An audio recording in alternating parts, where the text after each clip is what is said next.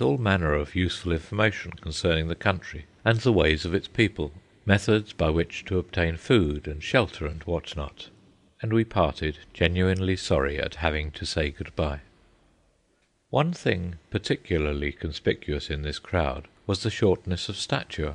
I, who am but of medium height, looked over the heads of 9 out of 10. The natives were all short, as were the foreign sailors.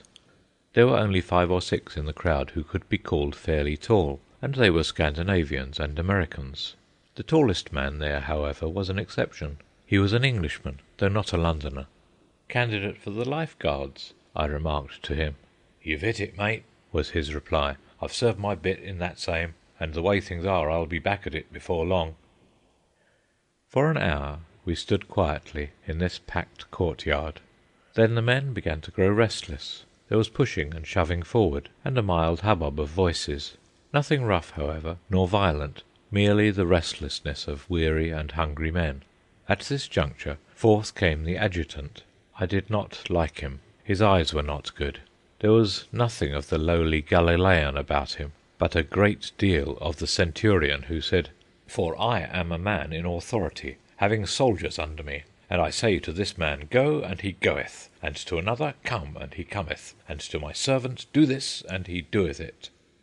Well, he looked at us in just that way, and those nearest to him quailed. Then he lifted his voice. "Stop this here now, or I'll turn you the other way and march you out, and you'll get no breakfast." I cannot convey by printed speech the insufferable way in which he said this. He seemed to me to revel in that he was a man in authority, able to say to 500 ragged wretches, "You may eat or go hungry as I elect." To deny us our breakfast after standing for hours! It was an awful threat, and the pitiful, abject silence which instantly fell attested its awfulness. And it was a cowardly threat. We could not strike back, for we were starving, and it is the way of the world that when one man feeds another, he is that man's master.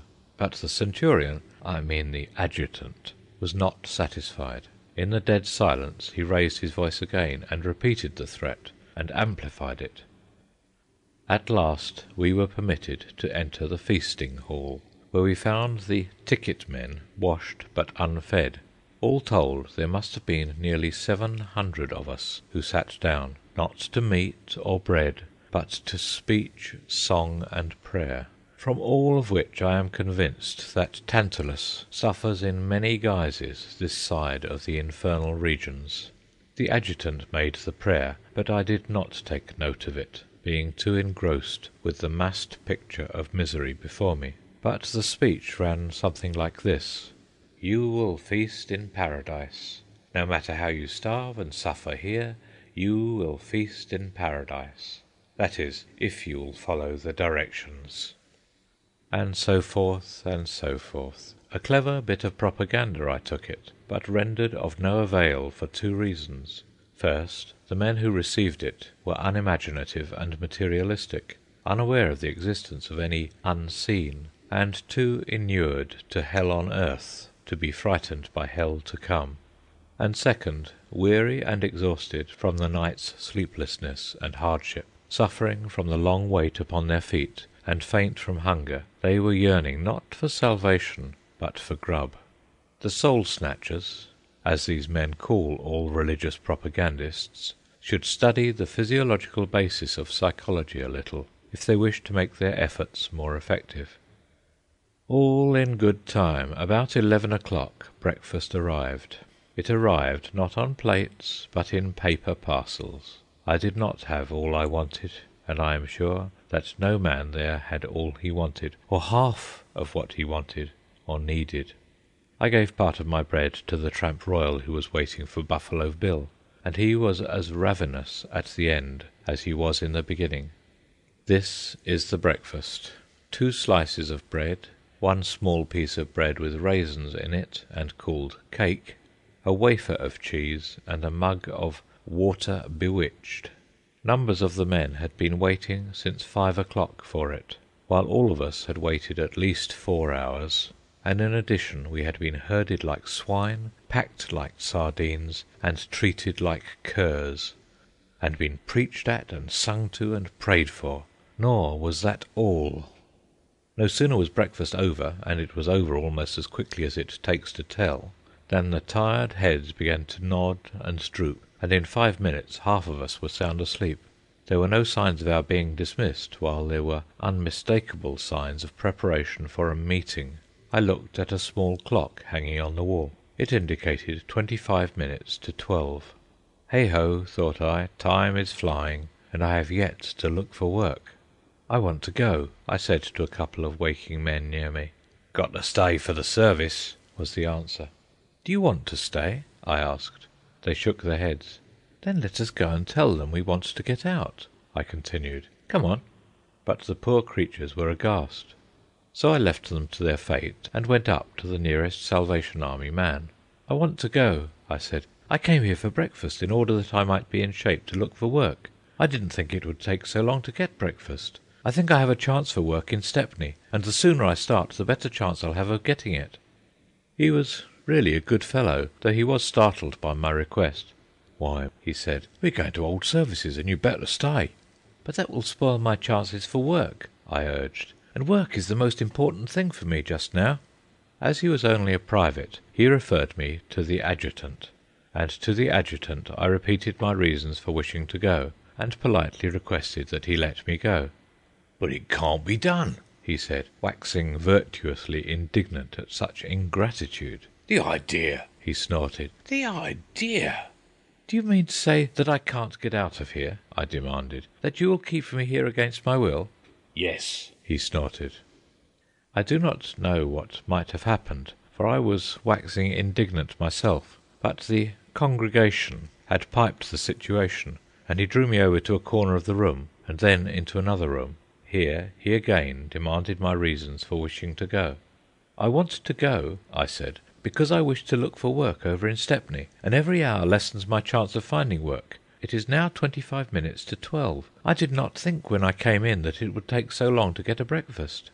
You have business, eh? He sneered. A man of business you are, eh? Then what did you come here for? I was out all night, and I needed a breakfast in order to strengthen me to find work. That is why I came here. A nice thing to do, he went on in the same sneering manner. A man with business shouldn't come here. You've taken some poor man's breakfast here this morning. That's what you've done. Which was a lie, for every mother's son of us had come in.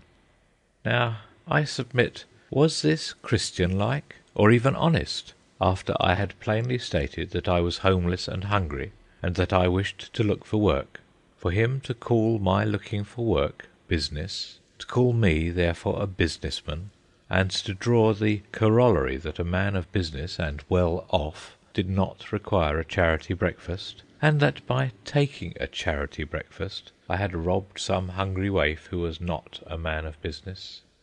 I kept my temper, but I went over the facts again, and clearly and concisely demonstrated to him how unjust he was, and how he had perverted the facts. As I manifested no signs of backing down, and I am sure my eyes were beginning to snap, he led me to the rear of the building, where in an open court stood a tent. In the same sneering tone he informed a couple of privates standing there that "Here's a feller that has business, and he wants to go before services." They were duly shocked, of course, and they looked unutterable horror while he went into the tent and brought out the Major.